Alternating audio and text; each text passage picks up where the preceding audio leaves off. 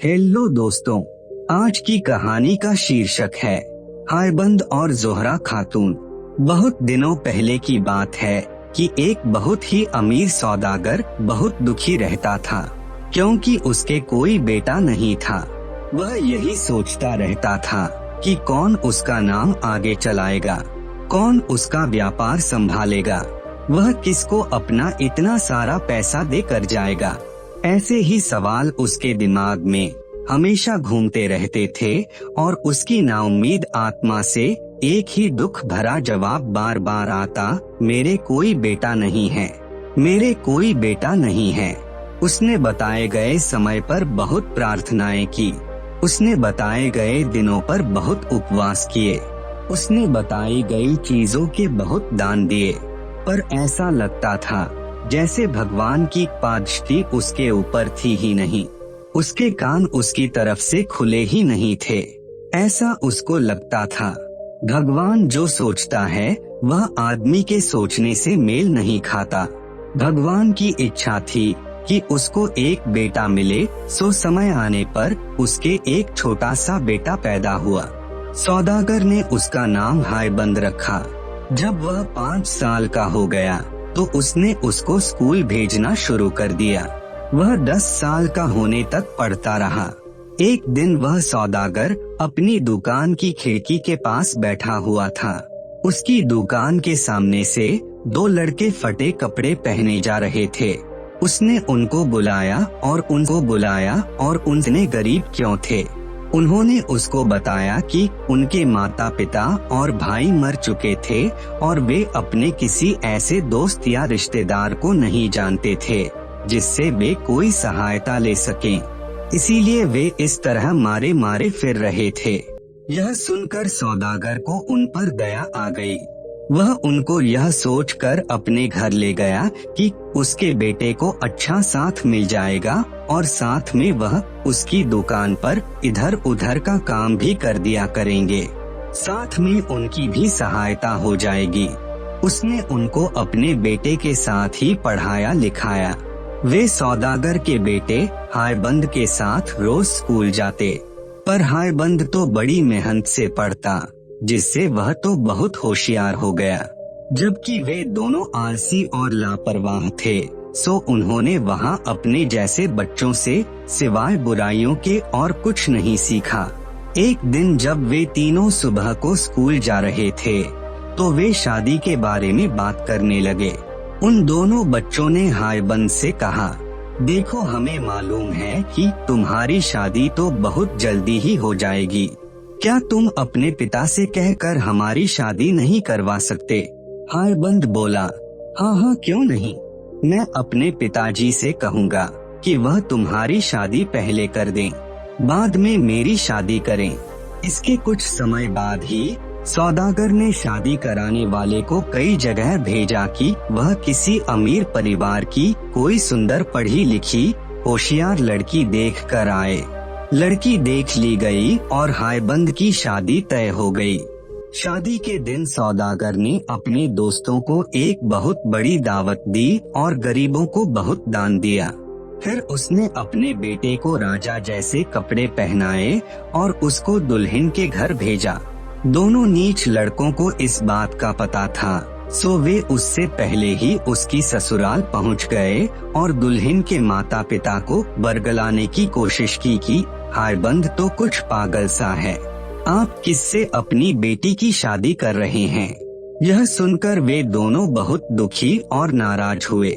यह बात अगर उनको कुछ पहले पता चली होती तो उन्होंने सगाई तोड़ दी होती, पर अब वे क्या करें। अब तो बहुत देर हो चुकी थी। दुल्हा अपने घर से चल चुका था। इधर वे दोनों लड़के फिर हायबंद से मिलने के लिए जल्दी से चलकर वापस आए और उसको दवा मिले हुए कुछ फल खाने पर मजबूर किया। उन फलों को खाकर वह बिल्कुल बेवकूफ सा दिखाई देने लगा।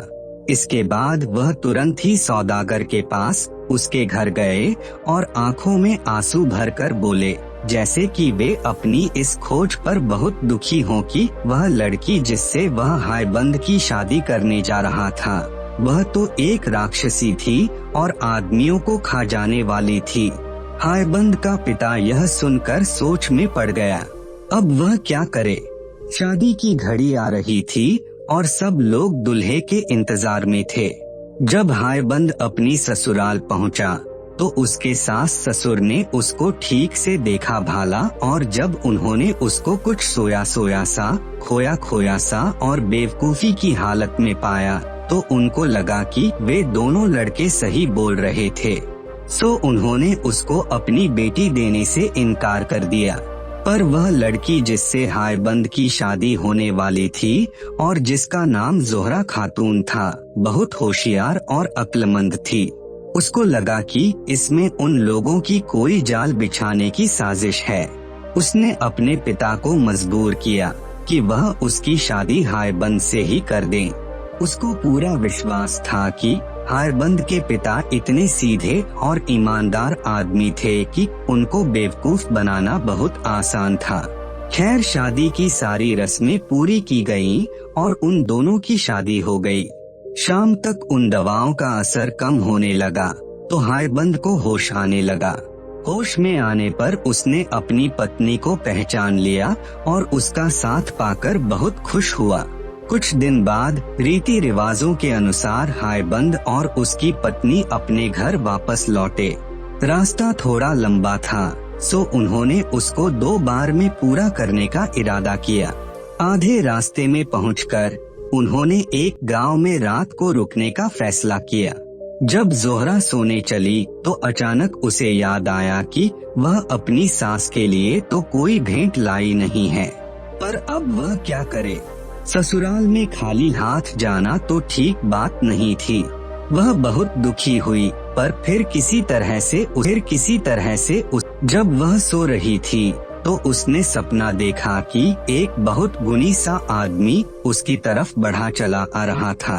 उसके पास आकर वह उससे बोला, ओ भली लड़की, तू दुखी मत हो, तू नदी के पास जा, वहाँ तुझे एक लाश पानी पर तैरती मिल जाएगी, जिसकी बाह पर एक बहुत कीमती ब्रेसलेट है।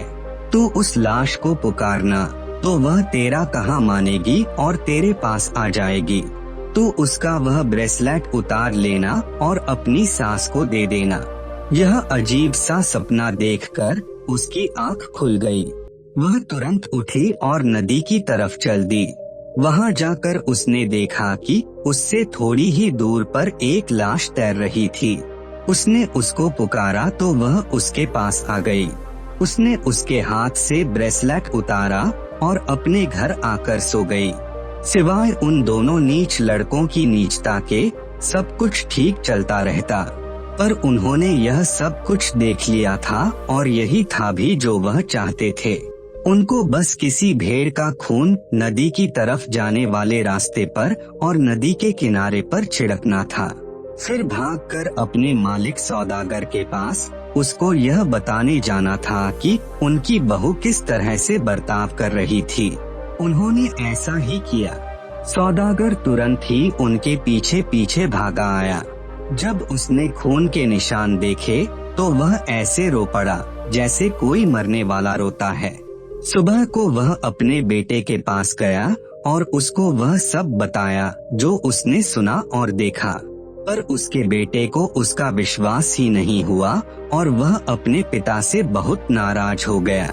सुबह को पूछने पर दाई ने बताया कि आधी रात के करीब उसकी मालकिन कुछ देर के लिए घर के बाहर गई तो थी, लेकिन वह बाहर गई क्यों थी यह उसको नहीं पता। हायबंद को यह सुनकर बहुत आश्चर्य हुआ और उसको इस नीच कहानी पर विश्वास करना पड़ा। इसका परिणाम यह हुआ कि वह अपनी पत्नी से अलग अलग रहने लगा। सारी बारात दुखी सी सौदागर के घर वापस आई। जोहरा को एक अलग कमरे में रख दिया गया, जहां केवल उसकी दाई ही जा सकती थी और कोई नहीं। एक दिन जोहरा की सास ने दरवाजे की झिरी से जोहरा के कमरे में झांक कर देखा तो वह तो वहां का दृश्य देखकर डर के मारे बेहोश होते होते बची। इस तरह काफी समय बीत गया।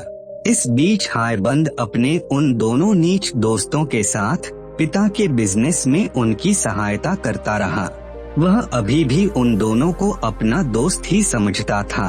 एक दिन सौदागर ने उन तीनों को एक छोटे से व्यापार के लिए शहर से बाहर भेजा। उसने ऐसा इसलिए किया था क्योंकि उसने देखा कि हायबंद अपनी पत्नी के लिए बहुत दुखी था। तो उसने सोचा कि इससे शायद उसका मन कुछ बदल जाए। तीनों नौजवान अपनी यात्रा पर चल दिए। वे कई मील चले कि हायबंद को अचानक याद आया कि वह अपने हिसाब की कापियां तो घर पर ही भूल आया है। वह उनको लेने के लिए घर वापस लौटा और अपने दोस्तों से यह वायदा किया कि वह शाम तक लौटकर उनको पकड़ लेगा। ये हिसाब की कापियां जोहरा के कमरे में रखी हुई थीं। घर लौटकर हायबंद तुरंत ही जोहरा के कमरे की तरफ दौड़ा। वहां उसने अपनी पत्नी को देखा। वह दुखी होने पर भी बहुत सुंदर दिखाई दे रही थी। हायबंद अपने आप को रोक न सका। उसने उसको अपनी तरफ खींचकर गले लगा लिया और चूम लिया।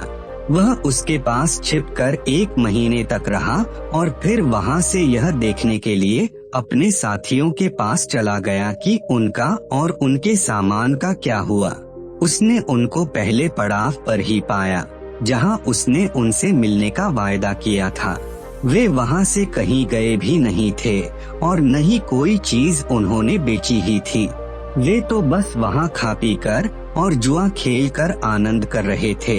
हायबंद ने जब यह सब देखा तो वह बहुत नाराज हुआ। उसने उन दोनों को बहुत डांटा और वह वहां से अकेला ही व्यापार करने चल दिया। ये दोनों बेचारे घर वापस लौट आए। अब ये दोनों भी हायबंद से बहुत नाराज थे, सो इन्होंने उसके साथ चाल खेलने की सोची। इन दोनों दोस्तों ने एक फकीर का वेश रखा और सौदागर के घर पहुँचे। वहाँ जाकर बोले, आप समय रहते संभल जाइए। आपके घर में एक राक्षसी है जिसको बच्चे की आशा हो गई है। उसका चरित्र ठीक नहीं है। भगवान के लिए अपने लिए आप उसको घर से बाहर निकाल दीजिए। कहीं ऐसा न हो कि वह आपके घर को और आसपास के लोगों को बर्बाद कर दे। यह कहकर वे वहां से चले गए। सौदागर और उसकी पत्नी ने अपना पूरा घर छान मारा। घर की हर स्त्री से पूछा, पर जैसा कि फकीरों ने उनसे कहा था वैसा कुछ भी नहीं पाया। तब वे इस सच्चाई का पता लगाने के लिए जोहरा के पास खुद गए। वहां उनको पता चला कि उसको तो वाकई बच्चे की आशा थी। उसने उनको बहुत समझाने की कोशिश की कि वह कोई राक्षसी नहीं थी, बल्कि एक गुणवती स्त्री थी, पर सब बेकार। सौदागर ने अपने दीवान को बुला भेजा और उससे उसको सजा देने के लिए कहा।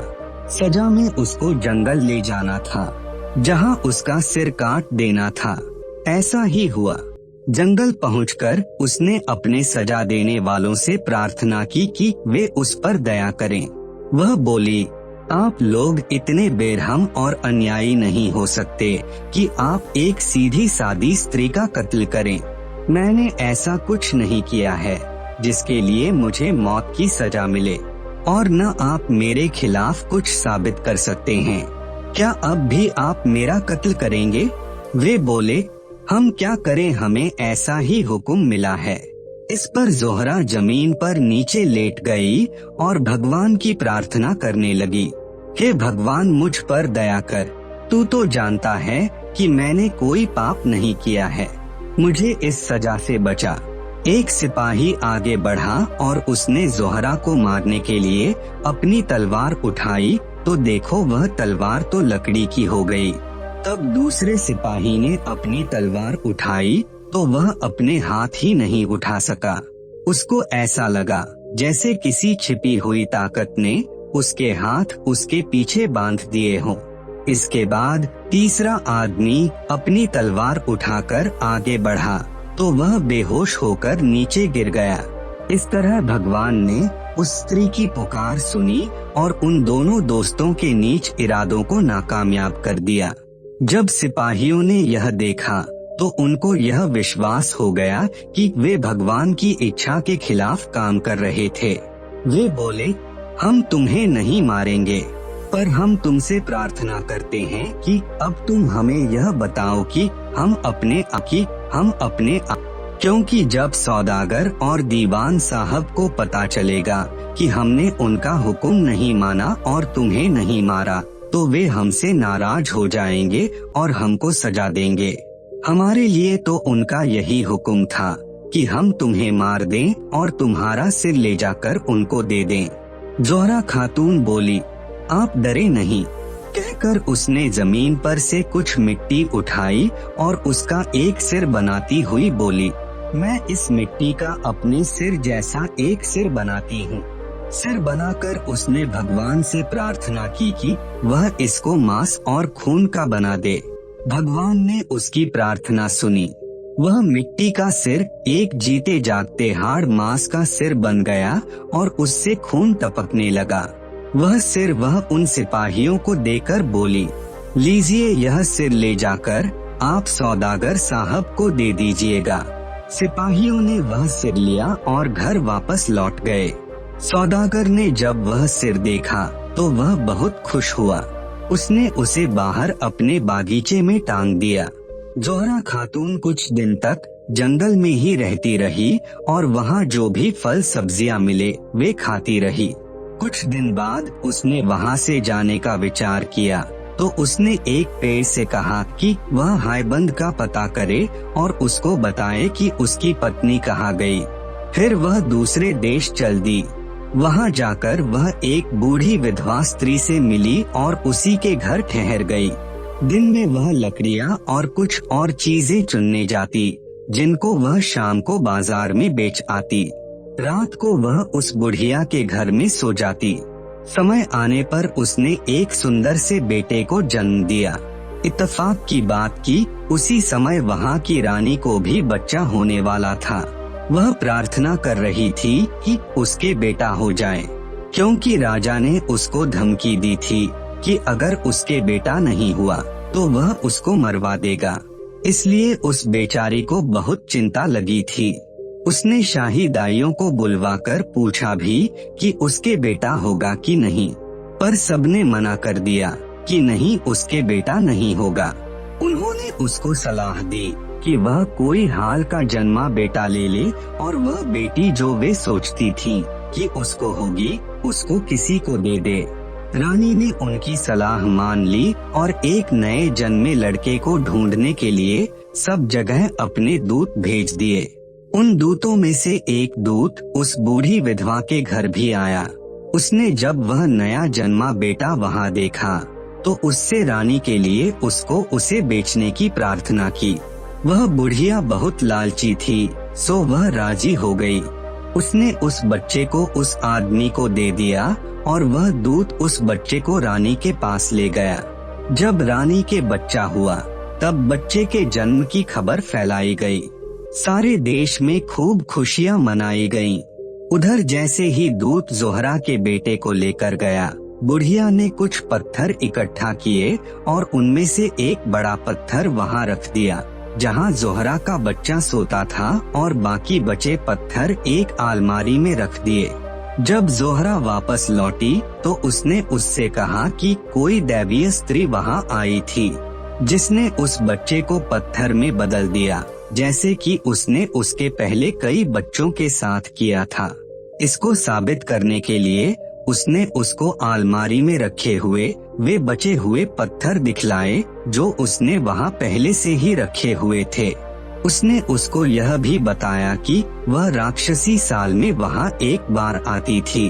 बेचारी जोहरा खातून अपने बच्चे के इस तरह खो जाने पर बहुत दुखी हुई, बहुत रोई। पहले तो उसका पति चला गया और अब उसका बच्चा भी चला गया।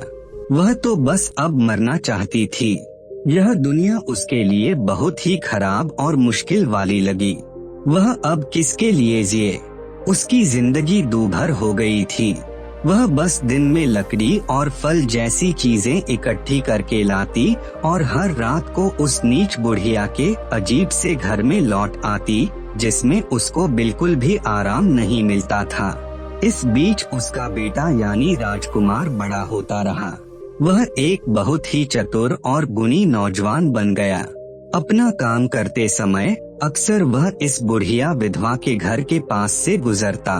एक दिन शाम को जब वह उस बुढ़िया के घर के पास से गुजर रहा था तो उसने जोहरा को देखा जो अपना दिन का काम खत्म करके घर लौट रही थी।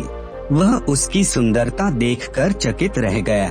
उसने यह भी देख लिया कि वह कहाँ रहती थी। जब वह महल लौटा तो राजा के पास गया और उस स्त्री से अपनी शादी करने की प्रार्थना की। राजा ने कहा कि वह उसके बारे में सोचेगा। उसने जोहरा खातून को अपने महल में बुलाया। वह खुद भी उसकी सुंदरता और सीधेपन से बहुत प्रभावित हुआ। उसने उससे अपने बेटे के प्यार की बात बताई और उससे पूछा कि क्या वह उससे शादी करना पसंद करेगी। इस पर उसने जवाब दिया कि वह तो पहले से ही शादीशुदा है। उसको यह भी पता नहीं है कि उसका पति जिंदा है या मर गया है। वह फिर बोली कि अगर उसको अगले 6 महीने तक अपने पति की कोई खोज खबर न मिली तो वह राजकुमार से शादी कर लेगी। राजा ने उसकी बात मान ली और इस तरह से यह मामला कुछ दिनों के लिए टल गया। उस सारे साल और कई और साल तक हायबंद व्यापार के उद्देश्य से दुनिया में देश देश घूमता रहा। आखिर इसी समय के आसपास वह एक बहुत ही अमीर आदमी बनकर अपने घर लौटा। उसने सोचा था कि उसको अपनी पत्नी अपने घर में ही मिल जाएगी, क्योंकि अब तक वह अच्छी साबित हो गई होगी और उसके घर वालों ने उसको स्वीकार कर लिया होगा। उसके माता पिता ने उसको सब बता दिया तो उसने उसी समय अपनी कुछ चीजें बांधी और उसी दिशा में चल दिया जहां उसको उसके मारने वाले लेकर गए थे। भगवान की कृपा से वह उसी जंगल में आ पहुंचा जहां जोहरा को मारा जाने वाला था और उसी पेड़ के पास पहुंच गया जिससे जोहरा ने अपने पति को अपने बारे में बताने के लिए कहा था। पेड़ बोला, तुम्हारी पत्नी मरी नहीं है, तुम्हारी पत्नी तो जिंदा है। जो सिर तुम्हारे पिता के पास ले जाया गया था वह तुम्हारी पत्नी का सिर नहीं था। तुम तुरंत ही फला फला देश चले जाओ, वह तुम्हें वहीं मिल जाएगी जिसे तुम ढूंढ रहे हो। कुछ दिनों की यात्रा के बाद हायबंद उस देश पहुंच गया। एक सुबह जब वह उस देश के मुख्य शहर के बाजार में घूम रहा था तो उसने कुछ स्त्रियां उस बुढ़िया के घर कुछ सामान ले जाती हुई देखी। उसने उनसे पूछा, यह सामान किसके लिए है और इसे तुम लोग कहाँ लेकर जा रही हो? उनमें से एक स्त्री ने उसको बताया कि वहाँ एक स्त्री रहती थी जिसका नाम जोहरा खातून था। उसकी शादी वहाँ के राजकुमार से होने वाली है। वे ये सामान उसी की शादी के लिए लेकर जा रही हैं। क्योंकि वह बहुत गरीब है इसलिए राजा ने उसकी शादी के लिए ये कपड़े और गहने भिजवाए हैं। वह कुछ साल पहले किसी दूसरे देश से यहाँ पर आई थी। यह सुनकर हायबंद ने उस स्त्री को अपना नाम लिखी एक अंगूठी दी और उससे प्रार्थना की कि वह उसे उसको दे दे।